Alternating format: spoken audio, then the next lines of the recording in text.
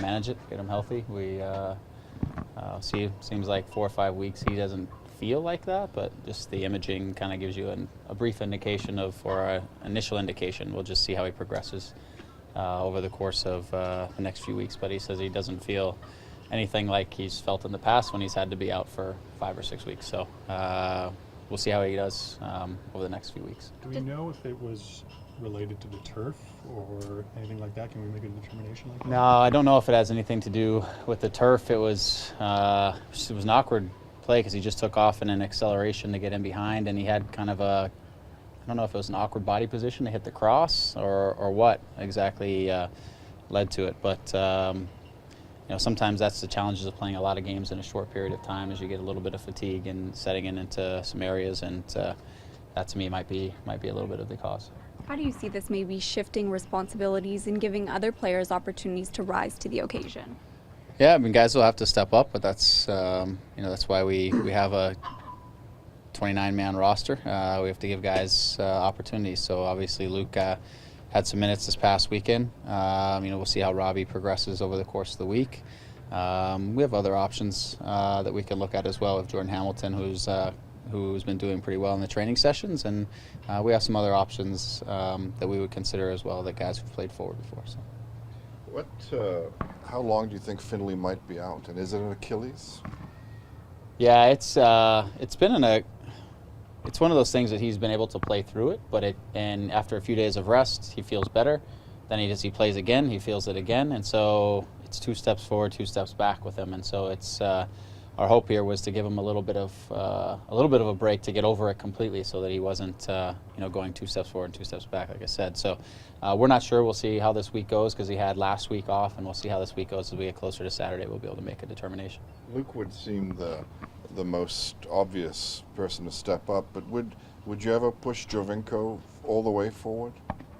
Yeah, I mean, Seba could definitely play as an out-and-out forward. We have other options that we could bring in that are more of an attacking midfield look, that does a similar role, or more of a winger type of look. But we definitely have some consideration. We'll look at this week to see what the best pairing is. Can you, and maybe this is a question for Tim, so I don't know if you can answer it, but are you able to recall Bright DK from loans? We are not. Ever since when the May 12th, I think it is, window closed, then we can't call guys back. We can't do anything until July, until it opens up again in July. So unfortunately, Bright is where he is getting matches until then, at a minimum. Yep. When it comes to internal depth, you have a goalkeeper, Chris Konopka, who's been playing well as of late. Joe Bendick will potentially be back soon. What do you see happening with that situation? I think it's a great scenario. We have Chris, who's really stepped up, and Joe, we know, is capable of being a starter in this league. So now we have real competition in the position. I think that's fantastic, because now, between the two of them, they're really going to battle it out and see who can be our guy. And I think that's fair. That's the way every other position is, and I think that's the way the goalkeeper position should be. And so as Joe gets healthy, we look forward to it, because we look forward to the challenge to see who's going to step up. Is Joe healthy? He's close. He's starting to train. He's not doing all of the powerful sort of steps and movements, but he's training, but he's not 100% in terms of the goalkeeper work. So might he play on Saturday? It's possible. I'll have to see how he progresses this week. Hopefully we can get him into the training sessions, and then we'll see about his availability.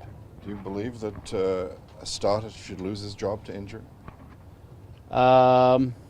Not entirely, but I also don't believe that a winning team should necessarily change its formula. So it'll all be when we get down to the moment or the week, and we see what Joe's form is like as he's coming back, and Chris is nursing a little bit of a growing thing too. So I don't think it's a clear-cut thing. I think we give both guys an opportunity to get themselves right and healthy, and we figure out what the best solution is on a given weekend, and then we'll go from there. So it's a good headache to have, I suppose, having 2 goalkeepers to choose from.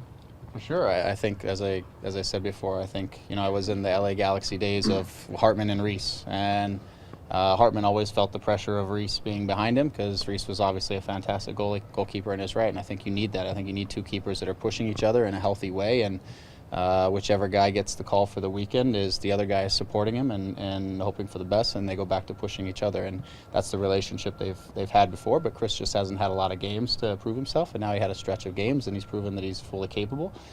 So now I think it just makes a real healthy competition between the two of them, and that's always a positive, I think. A point on the road against New England, a team that was unbeaten at 8, it would be a good result. But are you concerned about the goal given up, a giveaway? Seems like how many times have we seen a cross really undefended and then a score coming off a cross? It seems like deja vu. Yeah, I mean, my concerns is that we have more urgency from the wide guys, and we got it as the game progressed. I think we started to get a little fatigue in the last 10 minutes or so, but I think it's the urgency and the understanding that any cross in our box is a goal-scoring chance for the opposition. And our objective is to eliminate the crosses. We talked about it all week, and the strength of their outside backs getting up the field and putting balls in our box, and that they had 3 big forwards essentially who were dangerous in the box. And I think it was just a moment there where we were a little lackadaisical in terms of getting out and really closing it. And and then we gave up our mark in the back post. So, is it of major concern? I would say no. Do we have to fix it? For sure. My bigger concern is that we need to start eliminating all the little detail mistakes that we make, because too many little detail things are leading to opportunities for them. And if we can eliminate some of the little things, just choices of when we get up and we look to clear a ball with our head, but head the ball in the direction of one of our guys. Don't just head the ball somewhere, because then they pick up the second ball. It ends up in an opportunity. It's just being a little bit tidier about a few things that I think keep oppositions in games, because I think at some point we're going to make a mistake that's going to give them a chance. And if we can just shut down those little mistakes, I think we shut down teams, and games become, I don't want to say easier because it's not easier, but they become a lot cleaner for us. And that's where we need to get to. We make too many little mistakes that just cause us a little bit of discomfort. And are you concerned that with Altidore now down, there's an even bigger target on Seba's back? I mean, he and Altidore have got 9 of your 13 goals. Yeah. I mean, I haven't stopped too much to think about it. In the grand scheme of things, somebody's got to step up and fill the shoes of Josie, and we have guys that are capable of doing it. Sebastian will continue to find his way to impact the game as he does. He's a very clever player, so whoever the other guy is with him, and we'll determine that over the course of this week. We'll work on the relationship between the two of them and ways to continue to get Sebastian looks at goal. I mean, even when Josie was off the field, he had a few good looks at the goal. Most of them came to his left foot and a little bit of interesting angles, but he's able to find his own shots. He's able to create some things. Michael's really, I thought in this game, showed some real power moving forward and a real commitment to run through the lines at times, and that will also help free up Sebastian, I think, if we can continue to get Michael playing advanced and making aggressive runs. Is it possible that Altidore could come back, get healthy, and immediately leave for the U.S. in the Gold Cup? I suppose it's conceivable. We'll see as we go. I know I haven't spent a lot of time talking to Josie since then. We just waited for the MRI results, and we got him, and I'll speak with him a little bit today. But I think the concern is if he's not 100% healthy, that maybe he doesn't go to the Gold Cup. But I don't want to take up that battle just yet with them until we figure out where he's at. Big kick in the teeth. Yeah. Michael's goal, nominated for goal of the week, comes after you've moved him up into, I guess, more of an attacking midfield position. Is that something that Bradley can provide for this team? A regular goal scoring as well as the defensive work that he puts in? I think so. I mean, I thought he not only had that chance in the game, I think the keeper came up with a very good save on another opportunity he had that Luke followed up and was offside, but that was another really good look for Michael. The key for Michael in the last, from even Wednesday to this weekend, was he was more connected to the front two, a little less connected to the back 3 midfielders, if you will, and because of that, his runs as center backs part and look to deal with our forwards. He's finding gaps to run through, and it's very difficult for defensive midfielders to track his runs when the power that he gets going forward. He doesn't play it in the traditional sort of attacking midfielder kind of way. He will drop deep, and he'll build some speed and power like he did on the goal going forward, and that's always a threat, and it's always dangerous, especially with the way we play. Sorry, just to go back to the Chris Knocker and Joe Bendick, I guess, selection headache. What's the differences between the two that you've seen? I mean, every goalkeeper has, I suppose, an individual style. What is something that Chris offers that maybe Joe doesn't, and Joe offers that maybe Chris doesn't?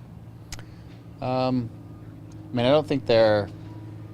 I'm not a goalkeeper expert to say. I think I don't think they're so different. Chris is he's been around for a long time, and his experience and communication, things like that are good, and he stays connected to the group. I think Joe does the same thing. I think both of them are capable, 100%. Obviously, with Chris's growing strains, the guys were a little hesitant sometimes to play the ball back to him, whereas maybe we play the ball back to Joe a little bit on occasion more than we did with Chris. But I think more of that is just that we don't want to put Chris in a situation where he's having to possibly hit balls up the field more than he needs to. But both of them have proven to be good shot stoppers. So it's hard to say. I mean, they're not like there's the Jorge Camposes of the world. That's one type of goalkeeper, and then there's the guys who just do a nice solid job of I wouldn't call it conservative, but traditional goalkeeping. I think both of them are pretty traditional goalkeepers, and they've both done a good job when called upon. Thanks, guys. Thank Can you. I just ask the Stephen Colwell question, unless you got a train to catch? Coldwell, what is his status? And is it just medical with Stephen? There's nothing else going on? He's just injured? Yeah, it's medical. I mean, it's not so dissimilar from Robbie in some ways, isn't that he's got some Achilles is I think the root of the calf problem. And so for us, it's trying to get some of the tendonitis to calm down in the Achilles to allow it the opportunity to then, for us to get some mobility and flexibility in, so that it doesn't then put strain on the calf. And so what the ultimate solution is just kind of time, I think. It's, again, not totally dissimilar from Robbie in that if he keeps coming back too soon, then he'll just keep having the issues with the Achilles, which then keeps putting the strain on the calf.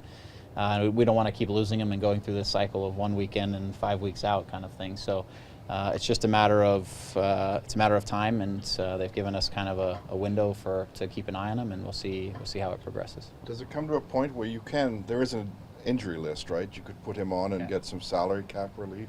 I don't know if it's salary cap. It could be roster relief. The fact of the matter is there's not a whole lot we can do right now with the windows closed anyways, and we can't trade. We can't do anything within the league. So for right now, it's just try to get him healthy as best we can, and Steve's working hard, and we'll see where it goes as we get closer to July. If he's hopefully getting healthy, then we'll know where our center back is, and if he's not getting healthy, then we'll have to figure out with Steven and within the club what our next move is.